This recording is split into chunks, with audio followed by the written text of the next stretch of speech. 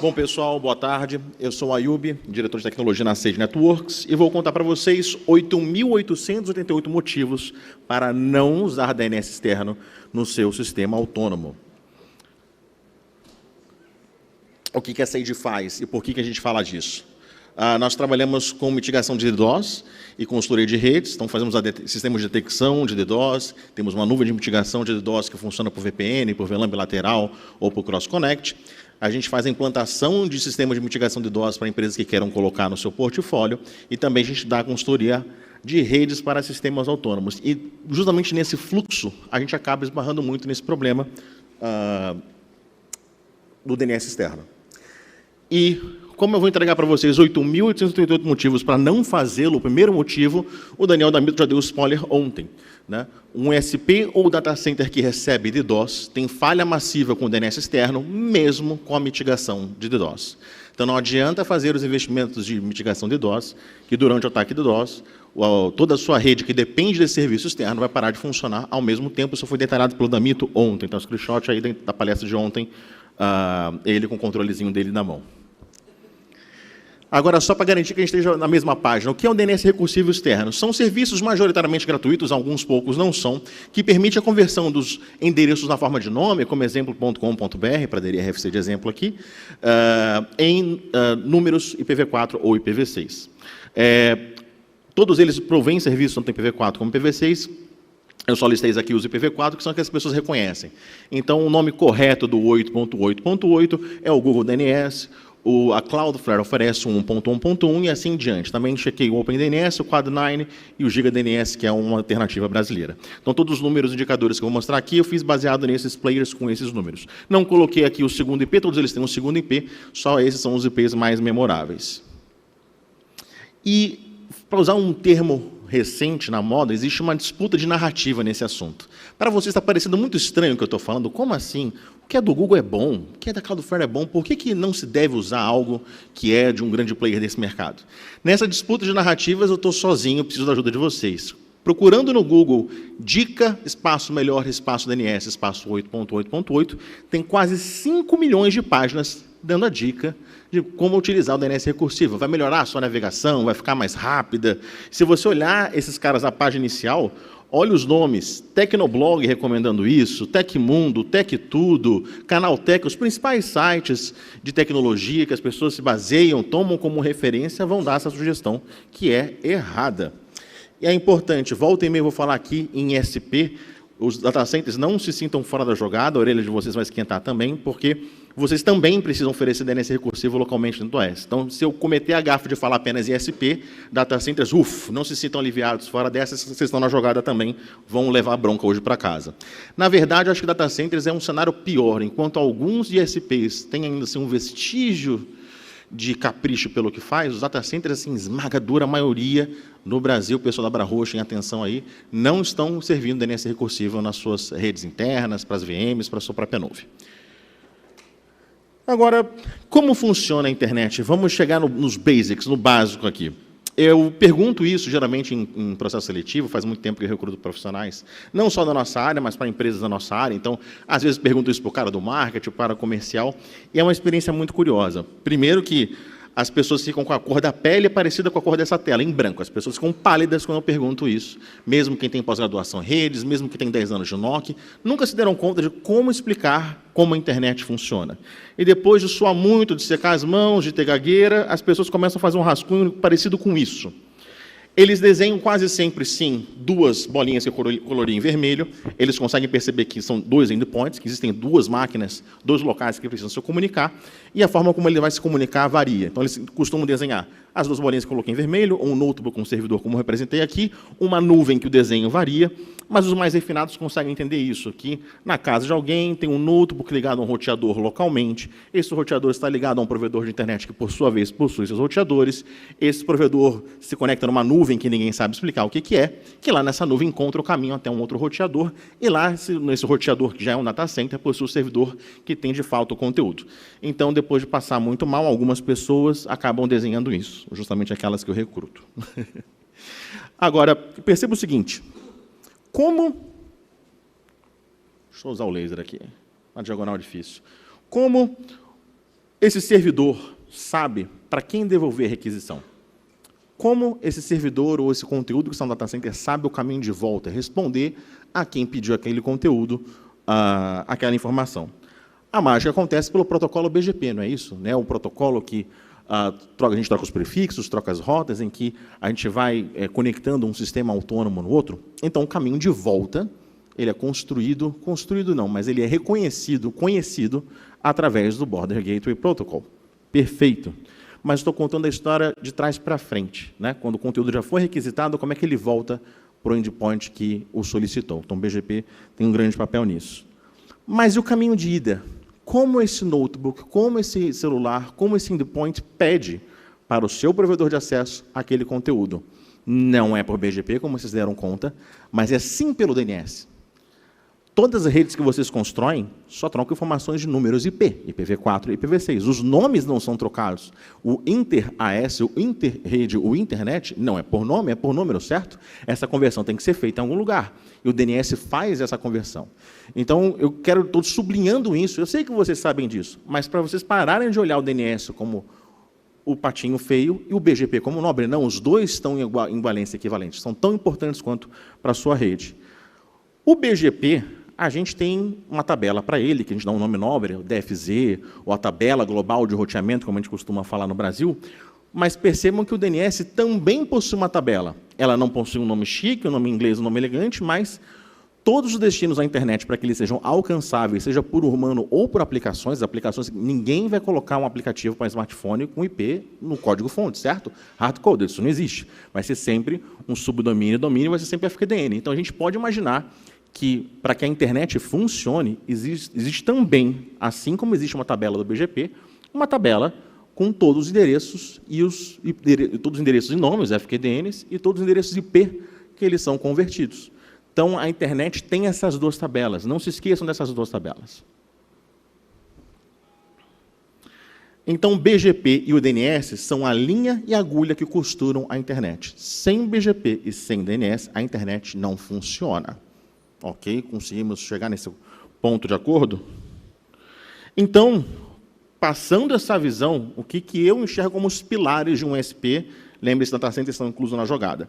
Além do BGP e o DNS, o Layer 1, camada física, as redes de fibra, o local onde se encontra, então existe um ativo que é importante, que é o Layer 1, o BGP e o DNS, como eu falei, e o conteúdo que esse sistema autônomo ou provê para a internet ou permite ser acessado, com qual qualidade, com qual latência, com qual estabilidade.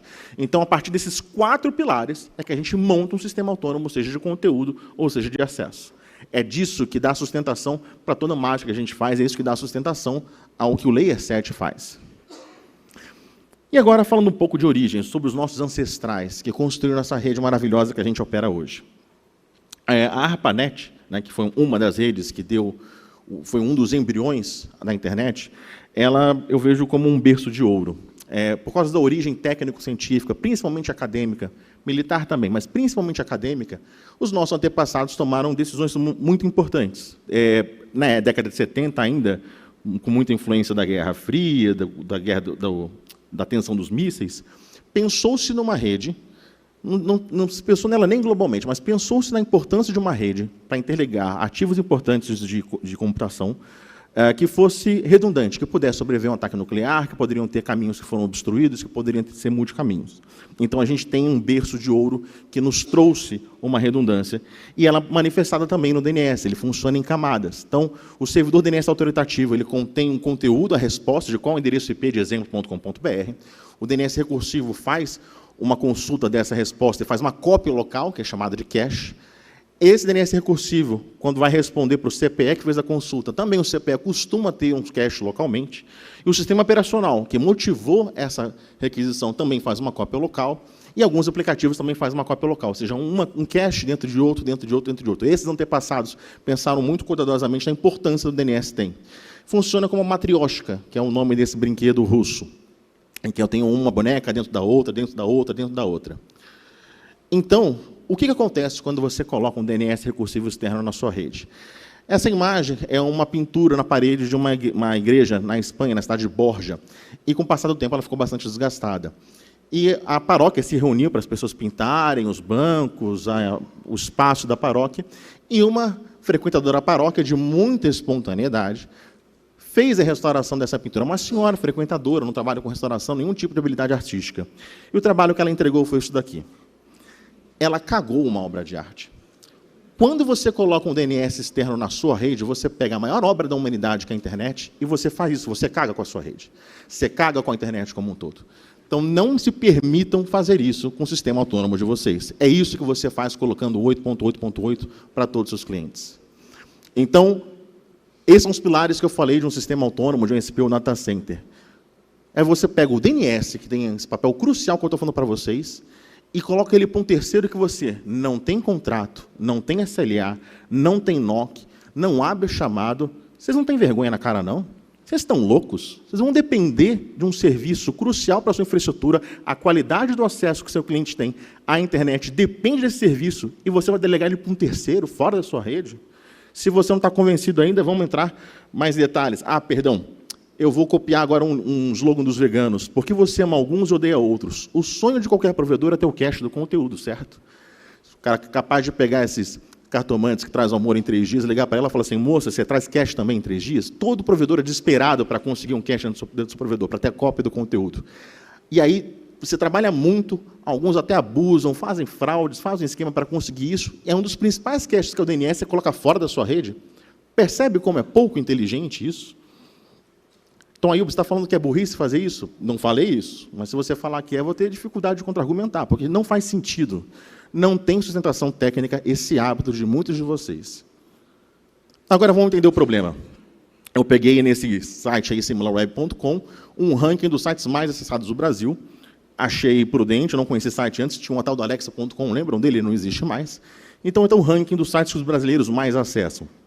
Algumas redes sociais, bancos, ferramentas. Tem um tal de Twitter.com aí que eu não sei o que é, deve ser bom. Então, e eu coloquei 2 colunas, o TTL e as queries. O TTL é quanto tempo a resposta do DNS vai ficar armazenada. Né? Quando você pergunta para o Google.com qual é o seu endereço de IP, ele fala, toma aqui e guarda essa informação por 5 minutos. Para carregar esses sites todos, eu fiz esse teste em bancada, na coluna da direita está a quantidade de queries DNS feitas para renderizar a página inicial. E aí eu chamo a atenção de vocês do TikTok.com, que está lá embaixo. Né? Para você carregar a página inicial do TikTok.com, para ver o primeiro vídeo, são feitas 159 consultas de DNS. E você pensando que era uma rede social de dancinhas, não, uma rede social de DNS, pelo visto. Né? Haja consulta de DNS. E aí perceba o seguinte, é uma memória de peixe, eu quase adoro isso, né? Que ele te dá 159 respostas importantes e fala, amigão, daqui a algum minuto, esqueça tudo que eu te contei.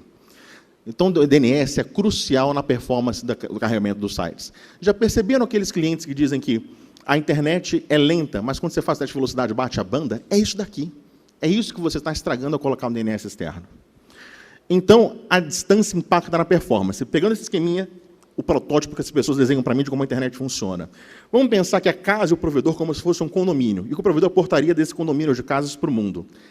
Nenhuma casa dentro desse condomínio vai ser alcançada mais rápido por quem mora nele de alguma coisa que está fora. Perfeito? Vamos partir dessa premissa? Então, nada fora da sua rede vai ter mais performance, mais latência, do que o objeto já dentro da sua rede. Então, nunca esses servidores DNS externos vão ganhar em performance do DNS recursivo seu, desde que você faça bem feito, claro. Então, vamos medir o problema. Utilizei a ferramenta ISP Tools, obrigado, Giovanni Heleno, aí, por manter para a comunidade essa ferramenta. Todas as unidades da federação eu usei testes, exceto Roraima e Amapá, que não possuem participação no ISP Tools. Todas as medições foram feitas em outubro, queria que vocês tivessem medições recentes para mostrar para vocês.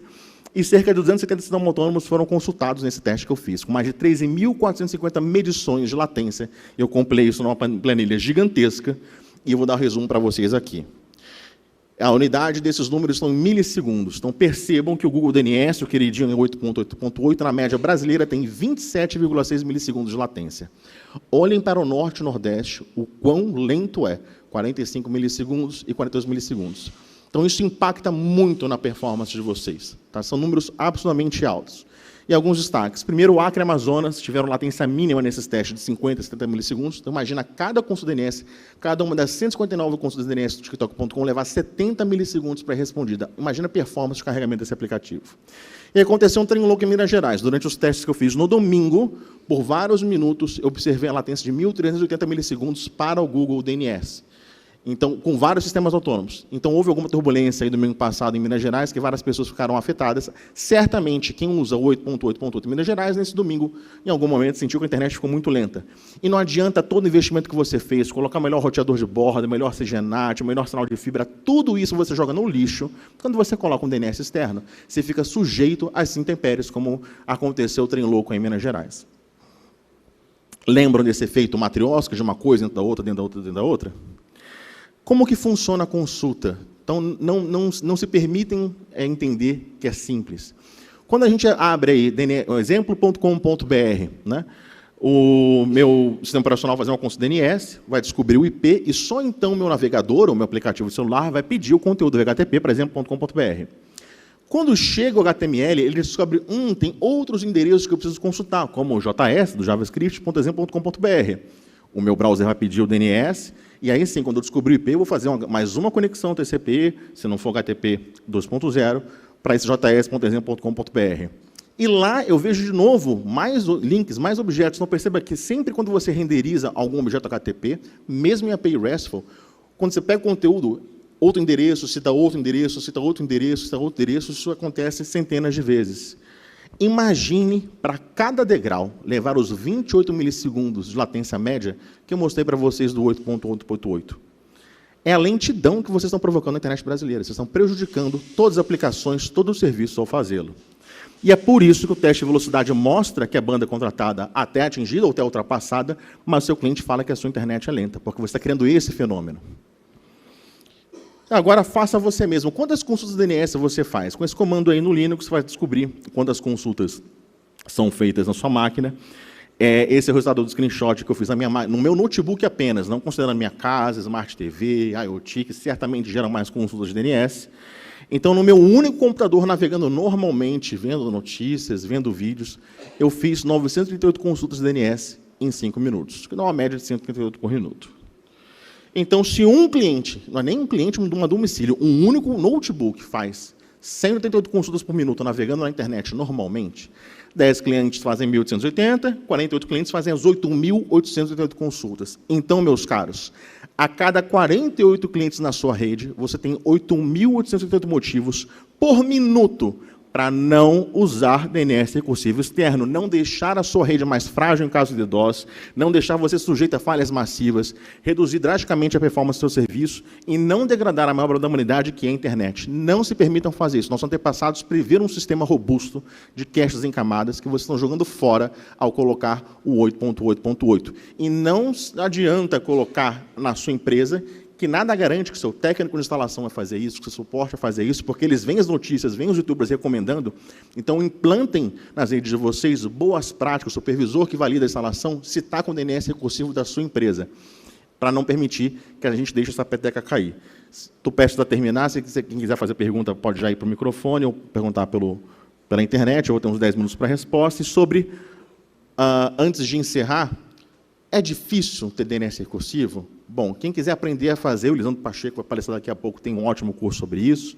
Para quem não quer ter trabalho nenhum, pague uma consultoria para poder fazer isso. Quem quer ligar uma caixa na tomada, tem Amplice feito de DNS. Não é caro, não é difícil, você só não tem porque não quer. Então, vamos parar de utilizar DNS externo recursivo, sistemas autônomos data centers, por causa do impacto que vocês viram aqui. Está aqui meus contatos, estou ansioso para ver as perguntas e comentários de vocês. Obrigado.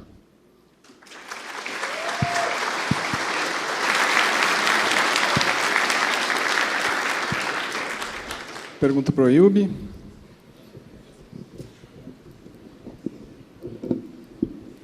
Está difícil o microfone aqui. Só um minutinho, por favor. Ayub, eu entendi muito bem sua palestra, a sua apresentação, eu achei muito interessante e eu concordo 100% em tudo com o que você disse aí. E gostaria muito que todo mundo fizesse isso. Mas existe um lema dentro de telecom que é: você não conhece a minha realidade. Isso é um lema que vários provedores levam, donos de ISP, etc. Então, com isso, eu tenho duas questões para te fazer. Primeiro, levando em consideração que nem todo mundo vai fazer o que você disse, e também levando em consideração redes grandes como as operadoras que entregam internet na casa da 50% da população, que não são os provedores pequenos, e que não têm um DNS próximo do cliente. Qual é a latência que você acha desejada, não a melhor, porque a melhor é a menor, que você acha desejada para esse cenário? Ou seja, qual é a menor latência que você acha, ok, tá bom, podemos usar assim? Eu tenho como critério 5 milissegundos. Um DNS recursivo que está 5 milissegundos distante do endpoint, ele já está bastante lento, ele vai impactar na performance perceptível da navegação. Legal. Como uma segunda pergunta agora. A gente sabe que você pode ter um DNS recursivo, usando o Linux com tudo que você já sabe que a gente pode utilizar, só que o DNS recursivo, ele recorre a alguém para trazer o FQDN ali para fazer a tradução. Então, nós temos duas opções aí. A primeira opção é a gente usar os root servers, que geralmente estão longe da gente, apesar de ter uma rede Ncast, aqui no Brasil ter, não sei se todos, mas pelo menos a maioria deles, você tem a possibilidade de usar um 8.8.8, 1.1.1, para que o seu recursivo vá até ele. E nós temos que levar em consideração que 8.8.8 e 1.1.1 geralmente estão nos maiores IX do Brasil. Você acha justo, e também pensando na mitigação de ataques DDoS, você acha justo e coerente usar no seu servidor recursivo um 8.8.8, ou você acha que não, devemos usar os root hints mesmo e pronto?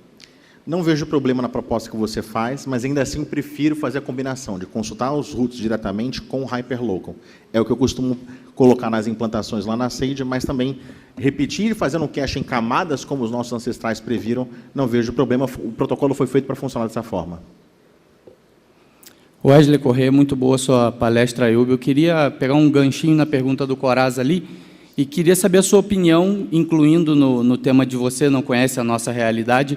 O que você diria, por exemplo, para um ISP que não quer ou não tem a política de capacitar os seus funcionários a sempre revisar a questão da configuração do DNS, e para resolver esse problema de talvez o cliente reconfigurar o roteador, ele coloca um 8.8.8 lá e faz um redirecionamento, um NAT de tudo que passa pela 53 ali em direção 8.8.8 para o meu DNS local. O que você diz a respeito disso? Perfeito. Como isso gera bastante impacto na performance, como eu mostrei, lidando com pessoas a falar de comunicação social, de conscientização. Então, da mesma forma como tem capacidade, estimular a sua equipe local a não cometer essa gafe, também ao se comunicar com os clientes fazer isso. Então, por exemplo, qualquer oportunidade de ir na casa do assinante por qualquer defeito, checar se ele não fez essa troca e conversar com ele sobre isso. Talvez o técnico, por falta de tempo, não tenha paciência de fazê-lo, mas deixar um vídeo pronto, assim, olha, vi que você mudou, eu sei que você quer melhorar a sua internet, mas sabia que está piorando? Vê esse vídeo aqui. Então, a equipe de comunicação de marketing pode fazer um vídeo super explicativo, embalado, para sempre mostrar para o cliente, toda vez que o cliente tiver, por ter consumido esse material que o Google mostra, né, que os sites de notícias mostram, para que ele fique do lado que a gente quer da força, que é de fazer a internet ficar mais lenta, mais rápida, perdão, e responsiva, não o contrário. Obrigado. Uma pergunta remota aqui. Pergunta do Mário Pitaro. Ele pergunta por que alguns box de IPTV e Sky Gato funcionam melhor quando trocam o DNS do ISP pelo DNS público, por exemplo, o do Google. Eu não cheguei a lidar com nenhum caso para poder investigar, mas acho que cada caso é um caso. Mas eu suspeito que esse DNS local do provedor, se não bem mantido, eventualmente pode gerar algum efeito colateral, principalmente nessa moda que os administradores têm de colocar um TTL muito baixo. Então, eu não vejo uma relação direta com outra, mas, friso, eu não vi nenhum caso pontual, mas o DNS bem mantido ele vai ser superior em performance do que um externo como 8.8.8. Tem muita embate e diferença entre a percepção objetiva e subjetiva.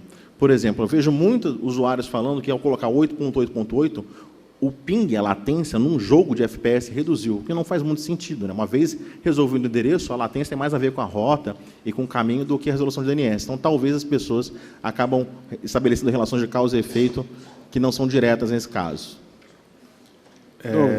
Oi. Só uma colocação para o Wesley. Sequestro de tráfego de DNS é crime, não é outra coisa. É coisa de gente safada, ponto. Uma pergunta, assim, sobre IPv6 e sobre as técnicas de transição de IPv6 e como isso, uma das técnicas que, na minha opinião, é a melhor, que é o 464 XLAT. O DNS é um ponto-chave nessa questão, e para esse tipo de técnica não tem como se usar um DNS externo. A tradução está amarrada uma coisa na outra. Como que você vê essa questão?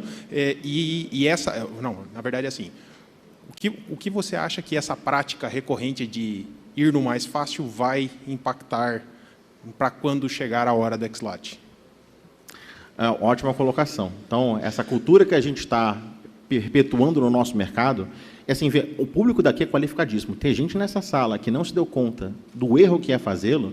Se a gente é o principal influenciador de quem vai estar abaixo nas hierarquias, dos NOCs, né, pessoal de campo, naturalmente a gente vai espalhar essa má prática pelo mercado. Estou tentando aqui, e contra a maré, alertar as pessoas disso. Então, a gente está construindo, como você fala, um legado negativo de quando chegar o momento de fazer essas redes de transição, isso vai virar um débito técnico com elevadíssimos juros, porque ele vai estar correndo há muito tempo. Então, sim, muito bem lembrado, não tinha nem pensado nisso, de como, nesse contexto de transição de V4 V6, é impeditivo que você use o DNS externo. Ele tem que estar internamente para poder fazer a tradução. Então, obrigado pela colaboração, e eu vejo que é isso. Estamos criando um débito técnico que vai nos custar muito caro depois. Na verdade, já custa hoje, a cada minuto, 8.038 motivos, como eu falei. Dentro da sua apresentação, você falou, usou a expressão, e eu também usei na minha palestra ontem, falamos de um DNS bem feito e bem configurado. Você conseguiria fazer um super resumo do que é um DNS bem feito, bem configurado, para que as pessoas possam ter noção? Eu tenho ideias, e como eu costumo trabalhar na sede implantando, mas eu suspeito que o nosso amigo Elisandro Pacheco vai fazer uma ótima apresentação sobre isso, envolvendo o Ncast, envolvendo, não sei se ele vai falar de Hyperlocal, mas eu vou deixar com o meu amigo Pacheco essa resposta. Mas, basicamente, Hyperlocal, IPv4, IPv6. Até sua pergunta me permite falar o seguinte: para quem está ainda atrasado e está utilizando um protocolo obsoleto como o IPv4, comece pelo DNS. Se você tem que colocar na sua rede em produção em IPv6, coloque primeiro no seu DNS recursivo para que ele consulte a internet em IPv6. Isso não tem nenhuma relação com o endereçamento que você coloca no seu cliente. O DNS é uma aplicação de Layer 7. Então, é normal, sim, em IPv6, endereços IPv4 serem consultados, do google.com, do netflix.com. Então, recomendo que comecem na rede de vocês com IPv6 pelo DNS recursivo localmente, mesmo que o seu cliente não esteja em dual stack. Obrigado pela pergunta, Fischer.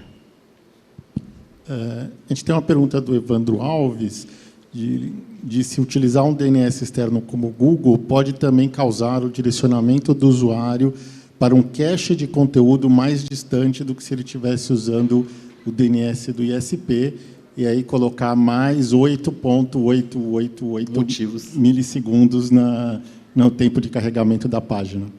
Perfeito, ótima pergunta. As maiores CDNs de aluguel no mercado já corrigiram isso com uma extensão chamada eDNS, mas somente as grandes. As pequenas CDNs ainda assim escolhem qual vai ser o servidor de cache que vai atender a requisição HTTP pelo DNS recursivo que consultou o endereço, sobretudo de conteúdo adulto. Então, sim, toda vez que você coloca 8.8.8, você está reduzindo a performance, inclusive, de conteúdo multimídia educativo ou não. Último comentário. Caio Fratelli, Razor, parabéns pela apresentação, Ayub. Obrigado. Eu gostaria de perguntar o seguinte, ainda naquela pegada do você não conhece o meu cenário, pensando num provedor que está no meio do mato, na Amazônia, lá, sei lá, está com energia fotovoltaica, e ele tem receio de colocar um servidor lá porque, segundo ele, consome muita energia. O que você acha de soluções, por exemplo, de utilizar o DNS Server dentro do MikroTik, ou, de repente, estar utilizando o Raspberry Pi, fazendo até uma rede Ncast, com alguns scripts, alguma coisa nesse sentido? Obrigado. Perfeito.